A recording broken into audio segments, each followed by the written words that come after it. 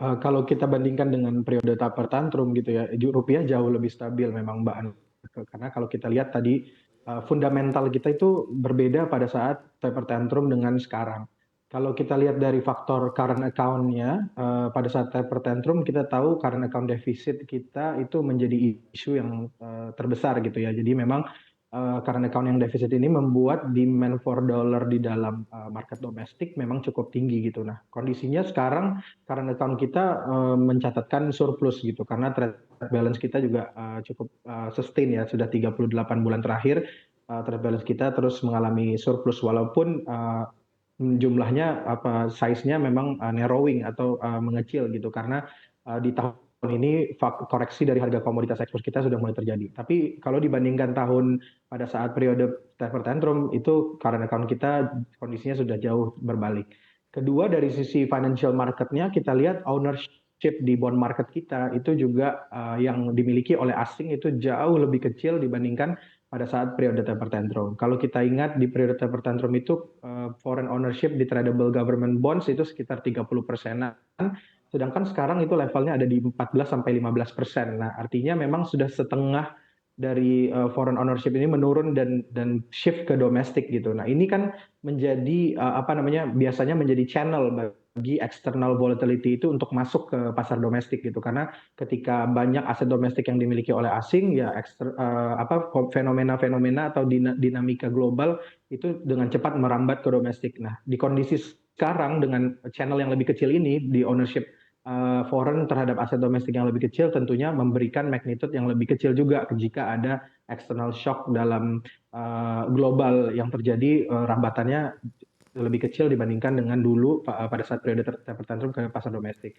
Nah, ini juga yang menjadi alasan kenapa kok bisa kita policy rate differential kita itu sekarang sangat tipis dibandingkan dengan Fed Fund Rate gitu ya. Jadi BI 7-day reverse repo sekarang hanya berjarak 25 basis point dibandingkan dengan Fed Fund Rate. Kalau dulu kita ingat kalau Fed Fund Rate-nya naik 1 basis point, kita mungkin harus naikkan lebih tinggi lagi gitu ya 3 kali. Ini juga tergambarkan pada yield obligasi pasar domestik kita gitu ya. Kalau kita lihat USD yield yang naik ini biasanya diikuti dengan kenaikan 3 sampai 4 kali USD Indonesia Government Bond yield kita gitu. Tapi di kondisi sekarang itu tidak terjadi, bahkan yield kita cenderung turun sementara USD yield-nya naik gitu ya. Jadi itu yang kita lihat membedakan kondisi dulu dan sekarang di mana memang rupiahnya relatifly lebih resilient gitu, Mbak Aneka. Baik, Pak Faiz, Anda menilai apakah BI memerlukan intervensi lanjutan dengan situasi saat ini? Ya, untuk menghadapi tekanan dari faktor sentimen-sentimen yang ada sekarang di market global, memang BI perlu terus memperkuat triple intervention-nya ya. Cuma memang kondisi sekarang ini cukup challenging di mana pasti first line of defense-nya BI itu dilihat dari cadangan devisa. Sementara cadangan devisa kita sekarang juga trennya sedang dalam penurunan karena juga balik lagi tadi saya sampaikan kinerja ekspor kita yang menurun akibat harga komoditas itu cukup berdampak gitu ya pada penerimaan devisa kita.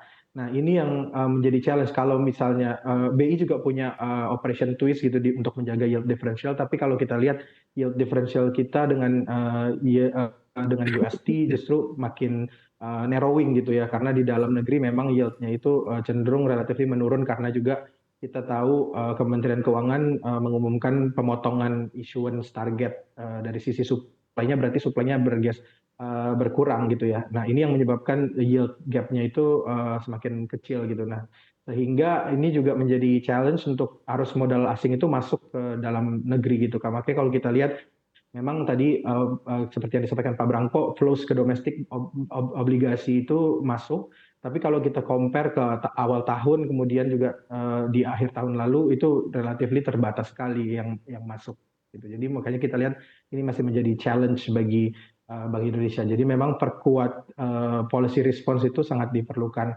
Bahkan kalau kita melihat dengan data-data inflasi kita yang sebenarnya terkendali, kemudian juga GDP growth kita yang di kuartal 2 tumbuh lebih tinggi daripada perkiraan pasar jauh ya, konsensus kalau nggak salah 5%, ternyata realisasinya 5,17 atau 5,2%. ini menggambarkan bahwa ekonomi growth kita itu masih cukup strong dan sustainability dari recovery kita tuh masih berlanjut. Nah, di tahun depan itu target inflasi pemerintah dan Bank Indonesia itu turun ke 1,5 sampai dengan 3,5%. Dari tahun ini 2% sampai 4%. Jadi artinya memang kondisi makronya sebenarnya memungkinkan sekali untuk melakukan manuver penyesuaian policy response Bank Indonesia, policy rate response untuk menaikkan suku bunga jika diperlukan dengan melihat Fed Fund Rate yang mungkin bisa lebih tinggi. Kalau misalnya memang itu resiko Fed Fund Rate lebih tinggi terrealisasi, itu respon kebijakan itu bisa ditempuh dengan melihat kondisi makro kita yang cukup resilient. Mungkin begitu Mbak Aneka. Baik, kalau memang diperlukan Bank Indonesia menaikkan suku bunga acuan, Anda melihat di waktu kapan dan juga berapa basis point? Ya, ruangnya memang masih terbuka kalau kita lihat dari output gap ekonomi kita juga gitu ya. Kita masih melihat ruangnya 1 kali 25 basis point untuk menjaga stability nilai tukar di tengah inflasi yang terkendali gitu ya.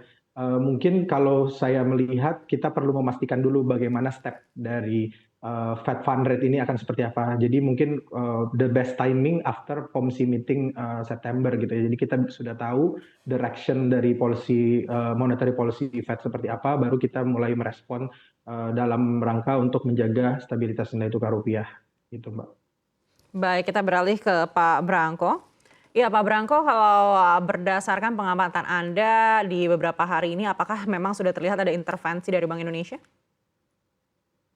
Betul. Jadi kalau kita lihat di pasar memang BI selalu ada ya, baik itu di pasar spot maupun NDF. Jadi rest assure pasti Bank Indonesia jaga. Cuman gini, kalau misalnya pas lagi permintaannya banyak, mungkin harga tetap akan naik karena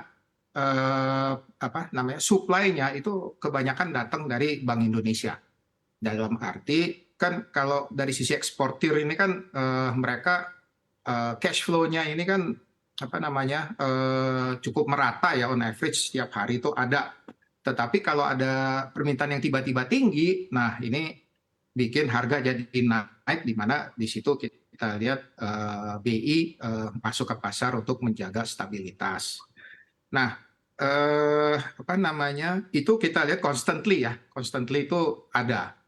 Baik itu di pasar dolar rupiah, DNDF maupun di obligasi, gitu. Jadi memang kelihatan gitu, BI ada gitu, di pasar. Baik. Bagaimana dengan aturan DHE? Memang belum 1 bulan, tapi apakah Bapak sudah melihat ada perubahan yang signifikan? Masih dalam sosialisasi ya tarafnya, karena kemarin 1 Agustus ya. Jadi keluarnya peraturan-peraturan, sehingga ini masih dalam tahap sosialisasi. Tetapi kalau kita ambil hitungan konservatif aja, kita lihat dari year to date itu yang masuk ke Indonesia di obligasi itu ada sekitar 93 triliun ya. Memang di Agustus ini yang keluar 800 miliar. Jadi yang ada di Indonesia ini masih banyak gitu ya. Terus kalau kita ambil hitungan konservatif DHE ya bangsa 10 billion US itu setara mungkin 150 triliun ya. Jadi total itu semua supply demand ya jadi seimbang lagi sebenarnya gitu. Bahkan akan ada waktunya di mana supply akan lebih, sehingga rupiah seperti yang Pak Faiz bilang tadi bisa menguat gitu. Saya setuju tuh. Jadi DHE ini akan butuh waktu mungkin sampai 2 bulan lah ke depan, sebulan 2 bulan ke depan deh. Dalam Agustus ini pasti akan banyak sosialisasi dari perbankan, dibantu juga sama Bank Indonesia untuk sosialisasi ke nasabah-nasabah eksportir, sehingga prosesnya kita perkirakan bulan depan atau bulan depannya lagi itu akan berjalan dengan mulus.